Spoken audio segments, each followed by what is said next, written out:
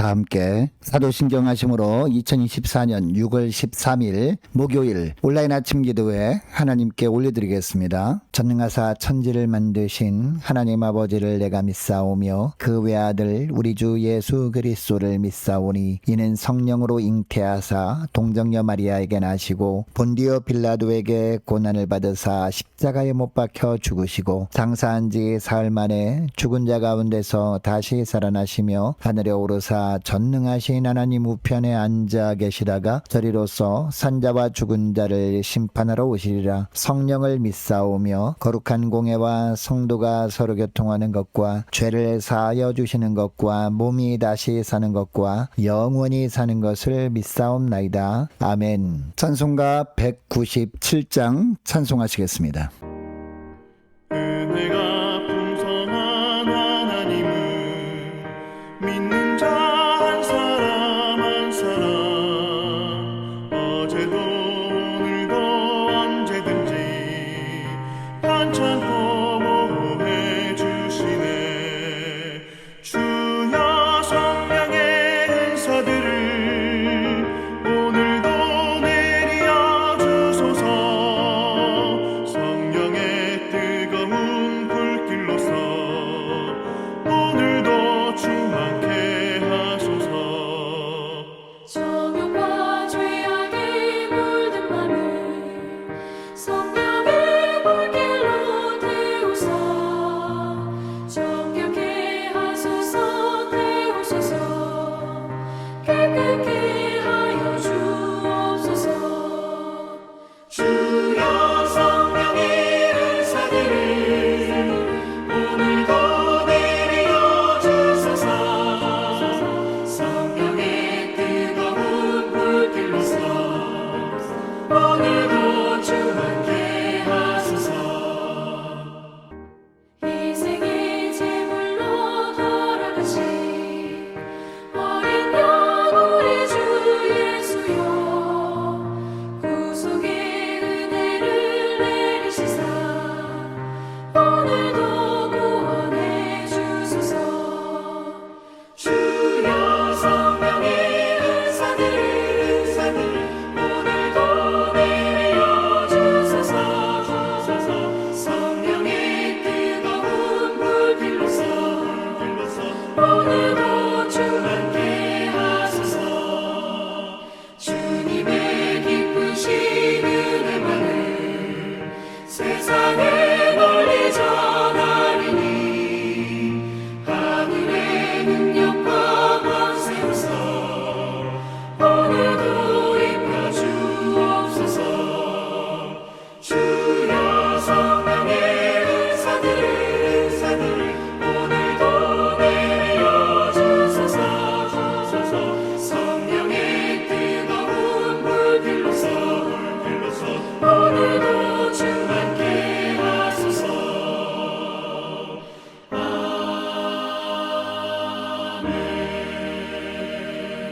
하나님 아버지 감사합니다. 오늘도 또 새로운 목요일 하루를 저희들이 허락하시고 오늘 하루도 주님께서 저희들과 말씀으로 동행하시고 승리의 삶을 살게 하시려고 저희들을 불러주심을 감사합니다. 주님 부르심에 순종함으로 주 앞에 나와서 다시 주님이 오늘 새롭게 저희들을 위해서 예배해 놓으신 말씀을 받길 원합니다. 오늘도 주님께서 베푸시는 말씀을 우리가 받을 때 그 말씀을 통해서 오늘 하루도 주님께서 어떤 새로운 길로 저희들을 인도하시는지 바르게 알게 하시고 또 순종케 하여 주셔서 오늘 하루도 오직 주님과만 동행함으로 예비하신 축복을 누리며 하나님께 영광 돌리는 하루가 되게 하여 주옵소서. 감사드리오며 우리 주 예수 그리스도 이름으로 기도드리옵나이다. 아멘. 자, 이 시간에 하나님의 주시는 말씀은 사도행전 18장 24절부터 19장 7절까지 말씀 보겠습니다. 자, 화면을 보시면서 사도행전 18장 24절부터 우리 함께 함께 합독하시겠습니다. 알렉산드리아에서 난 아볼로라는 유대인이 에베소에 이르니 이 사람은 언변이 좋고 성경에 능통한 자라. 그가 일찍이 주의 도를 배워 열심으로 예수에 관한 것을 자세히 말하며 가르치나 요한의 세례만 알따름이라. 그가 회당에서 담대히 말하기 시작하거늘 브리스길라와 아굴라가 듣고 데리다가 하나님의 도를 더 정확하게 풀어 이르더라. 아볼로가 아가야로 건너가고자 하므로 형제들이 그를 격려하며 제자들에게 편지를 써 영접하라 하였더니 그가 감에 은혜로 말미암아 믿은 자들에게 많은 유익을 주니 이는 성경으로서 예수는 그리스도라고 증언하여 공중 앞에서 힘있게 유대인의 말을 이기미러라. 아볼로가 고린도에 있을 때에 바울이 윗지방으로 다녀 에베소에 와서 어떤 제자들을 만나 이르되 너희가 믿을 때에 성령을 받았느냐? 이르되 아니라 우리는 성령의 계심도 듣지 못하였노라. 바울이 이르되 그러면 너희가 무슨 세례를 받았느냐? 대답하되 요한의 세례니라. 바울이 이르되 요한이 회개의 세례를 베풀며 백성에게 말하되 내 뒤에 오시는 이를 믿으라 하였으니 이는 곧 예수라 하거늘 그들이 듣고 주 예수 이름으로 세례를 받으니 바울이 그들에게 안수하며 성령이 그들에게 임하심으로 방언도 하고 예언도 하니 모두 12사람쯤 되니라. 아멘. 여러분, 이 땅에 있는 사람들은요, 누군가에게 쓰임받을 때 행복감을 느끼는 그런 존재들입니다. 더군다나 예수 믿는 사람들은 무엇보다도 하나님께 쓰임받을 때 진정한 행복을 느끼게 되죠. 자, 오늘 본문에 보니까 하나님께 쓰임받은 한 사람 아볼로라는 사람이 나옵니다. 24절 중반절 말씀을 보니까 이 사람은 학문이 많은 사람이었다라고 소개하고 있습니다. 공부를 많이 한 사람이었다는 겁니다. 특히 24절 하반절 말씀 보니까 성경에 능한 자라라고 하고 있습니다. 구약 성경에 능통한 사람이었다라는 겁니다. 그래서 이 아볼로는요, 에베소에서 구약에 예언되어진 메시아가 바로 예수 그리스도라는 것을 성경을 인용해서 증거했습니다. 당시 초대교회는 이 학문을 이렇게 많이 한 사람이 그렇게 많지 않았습니다. 자, 그래서 유대인들의 공격에 아무런 이론적인 대항도 잘 하지 못하고 있을 때였습니다. 이것을 알렉산드리아에서 온 아볼로가 해냈던 겁니다. 여러분, 이 알렉산드리아는 그 당시 이집트에 있는 대도시였거든요.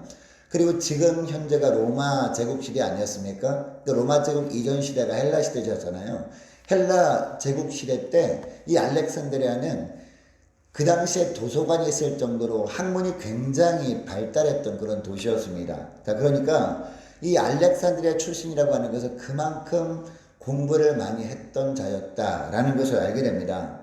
자, 이 아볼로는 웅변가였습니다. 그래서 이 에베소에 있을 때 사람들에게 이 구약 성경에 대한 이야기를 하면 유대인들도 그냥 특별히 뭐라고 하지 못할 정도로 사람들에게 설득력 있게 말씀을 잘 전했던 자였다는 겁니다. 특별히 25절 상반절 보니까 그가 일찍 주의 도를 배워라고 하는 것을 보니까 알렉산드리아에 있을 때 무엇보다 구약 성경을 통해서 예수님의 존재에 대해서 분명히 알고 있었던 자였구나라는 것을 알게 됩니다. 특별히 25절 중반절에는요, 아볼로에 대해서 뭐라고 합니까? 열심으로 예수에 관한 것을 자세히 말하며 가르치나 라고 하고 있습니다. 예수님에 대해서 전하는데 열심히 특심이었던 거죠. 자, 26절 상반절에 가보면 그는 아볼로를 말하죠. 회당에서 담대히 말하기를 시작하거늘 이라고 하고 있습니다. 더군다나 아볼로는 담대한 사람이었구나 라는 것을 또 알게 됩니다. 여러분, 이처럼 아볼로는요, 좋은 장점들이 많은 사람이었습니다. 그런데 아볼로에게 결정적인 약점이 하나 있었죠. 자, 25절 하반절 보니까 요한의 세례만 알따름이라 라고 하고 있습니다. 예수님이 누구신지 구약 성경에 예언된 말씀을 통해서 잘 알고 있긴 했지만 요한의 세례까지만 알따름이라 라고 하는 것을 보면 어떤 세례는 몰랐다? 성령 세례는 몰랐다라는 거죠. 우리 예수님이 십자가 죽으시고 부활 승천하신 이유를 모르고 있었다라는 겁니다. 성령을 보내시기 위해서 예수님이 승천하신 것 아니겠습니까? 그래서 예수님이 승천하신 다음에 오순절날 성령이 강림이 임했잖아요. 그래서 성령 세례가 많은 사람에게 임했던 것을 이 아볼로는 모르고 있었다는 것이죠. 자, 그럼에도 불구하고 이 아볼로가 하나님께 정말 귀하게 쓰임받았던 이유가 뭘까요? 무엇보다도 말씀 앞에 겸손했던 자였기 때문이었습니다. 26절 말씀 보시기 바랍니다. 이 브리스길라와 아굴라 부부가 아볼로를 데리고 가서 하나님의 도를 더 자세히 풀어 이루더라 라고 하고 있습니다. 그러니까 아볼로는 이 구약을 통해서만 예수님을 알고 있었는데 이 아굴라 부부가 신약과의 관계 속에서 우리 주님께서 부활하셔서 새로운 하나님 나라를 열어주신 예수님에 대해서 소개한 겁니다. 그리고 예수님께서 승천하셔서 성령을 보내주셨다. 그리고 오늘날은 예수님께서 행하신 이 요한의 물 세례뿐만 아니라 성령 세례도 받게 되는 시대다. 이것을 알려줬던 겁니다. 이 아굴라 부부가. 당시 아볼로는 유명한 학자였습니다. 사람들이 전부 알아주는 유명한 설교가였습니다. 그런 그가 어떻게 보면 이름도 없는 이 브리스길라 아굴라 부부가 잠시 좀 보자고 하니까 이들을 따라가서 예수님이 보내신 성령에 대해서 들었다라는 것을 오늘 본문을 통해서 보여주고 있습니다. 이것을 보면 이 아볼로는 어떤 사람이었음을 알게 됩니까? 겸손한 사람인데 무엇보다도 하나님의 말씀 앞에서는 겸손한 사람이었다라는 것을 알게 됩니다. 브리스길라와 아굴라에 가서 이 예수님이 보내신 성령 세례에 대한 복음을 들었고 마침내 중생의 체험을 하게 되었다라는 것이 오늘 본문의 내용입니다. 여러분의 인생에서 가장 중요한 것이 무엇입니까? 무엇보다 첫째가 말씀 앞에 겸손한 겁니다. 자, 그래서 시편 147편 7절 말씀해 보니까 여호와께 겸손한 자를 붙드신다라고 말씀합니다.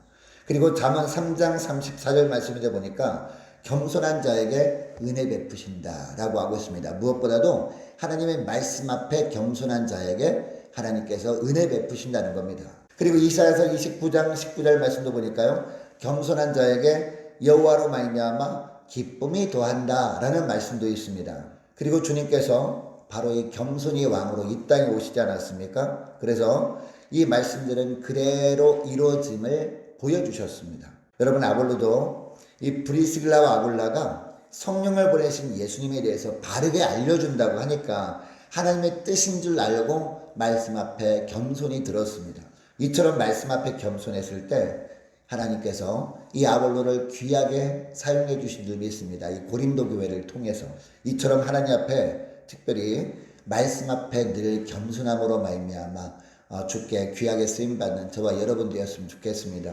그리고 둘째로 주님을 향한 뜨거움이 있었던 사람이었기 때문에 하나님께서 귀하게 사용해 주셨다라는 거죠. 27절 상반절 말씀 보시기 바랍니다. 아볼로가 아가야로 건너가고자 하니라고 하고 있습니다. 여러분, 이 아가야가 어디입니까? 아가야 지방에 있는 고린도 교회를 말하는 거죠. 그가 성령을 보내신 예수님에 대해서 바로 알고 나니까 아가야 지방에서 아직도 이 사실을 모른 채 지내고 있는 사람들이 너무나 불쌍해서 견딜 수가 없었던 거죠. 그래서 구약 성경을 알고 믿는 사람들에게 성령을 보내신 예수님에 대해서 전함으로 말미암아 그들도 성령 받게 하는데 쓰임 받고 싶다라는 열망이 생긴 겁니다. 그 뜨거움이 생긴 겁니다. 주님을 향한 불타는 마음이 생긴 겁니다. 그래서 아볼로를 주님이 사용해 주신 겁니다.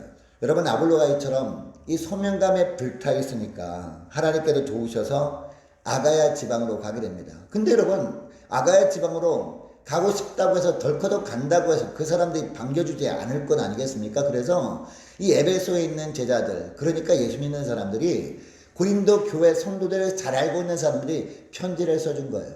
이 아볼로란 사람이 갈 텐데 잘 대해주라. 이 아볼로가 너희들에게 말씀을 바르게 가르쳐 줄 거다. 그러니까 잘 영접해 주라 라고 하는 친서를 보내게 됩니다. 이것이 바로 오늘 본문의 말씀인 것이죠. 이 에베소에 있는 형제들이 변화된 아볼로를 보고 고린도에 있는 제자들에게 아볼로가 가니까 잘 영접해 주라, 이렇게 잘 부탁한다 라고 편지를 써주었다는 겁니다. 결국 이 편지를 가지고 아가야 지방에 갔을 때 고린도 교회 성도들이 영접을 잘 해준 겁니다. 그리고 이 아볼로가 그곳에 가서 사역을 잘 할 수 있게 되어졌다는 겁니다. 여러분, 우리가 고린도 전서에도 보면 알겠지만 고린도 전서에 4가지 분파가 있었잖아요. 4가지 분파 중에서 아볼로파도 있었잖아요. 그만큼 사람들에게 정말 영향력을 미치는 귀한 사역을 감당했다는 겁니다. 그리고 사도 바울도 이 아볼로 소개할 때 어떻게 소개했습니까? 이 바울은 심었고 아볼로는 물을 주었다라고 표현하거든요. 이 심었다는 것은 말씀을 증거하는 건 아니겠습니까? 이 사도 바울은 말씀을 열심히 증거했지만 말씀을 증거하는 것으로 끝내버리면 안 되잖아요. 이 말씀이 사람들에게 증거되게 되면 이 말씀이 그들 심령 가운데 깊이 뿌리내도록 돕는 역할을 하는 사람이 있었는데 그 사람이 누구였다? 바로 아볼로였다는 겁니다. 나중에 바로 이 말씀을 하는 것이죠. 여러분들 사람들은요 성경을 통해서 많은 것을 발견합니다. 성경을 통해서 교훈도 발견합니다. 그리고 성경을 통해서 축복도 발견합니다. 그리고 위로의 말씀도 발견합니다. 그러나 성경에서 다른 많은 것들을 발견해도 참 예수님을 발견하지 못한다면 그 주님을 그래서 뜨겁게 만나지 못한다면 주님께 쓰임받지 못하는구나 라는 것을 이 아볼로를 통해서 알게 됩니다. 주님을 발견하긴 해도 단순히 그냥 요한의 세례 받은 거 세례 요한을 통해서 세례받은 거 이 정도까지만 알게 되면 소용이 없다는 겁니다. 예수님에서 분명히 알기 위해서 어떻게 됩니까? 예수님이 부활 승천하셔서 성령을 보내주셨다. 성령 세례가 임하는 시대다. 그래서 성령께서 친히 역사심으로 말미암아 성령의 능력으로 주님을 감당하게 된다는 것 이것까지 알고 성령을 간절히 사모할 때 성령의 능력이 우리에게도 부어지게 되고 예수님의 은혜로 말미암아 성령의 능력으로 우리도 귀하게 주님께 쓰임받게 된다. 이 말씀을 하고 있는 것입니다.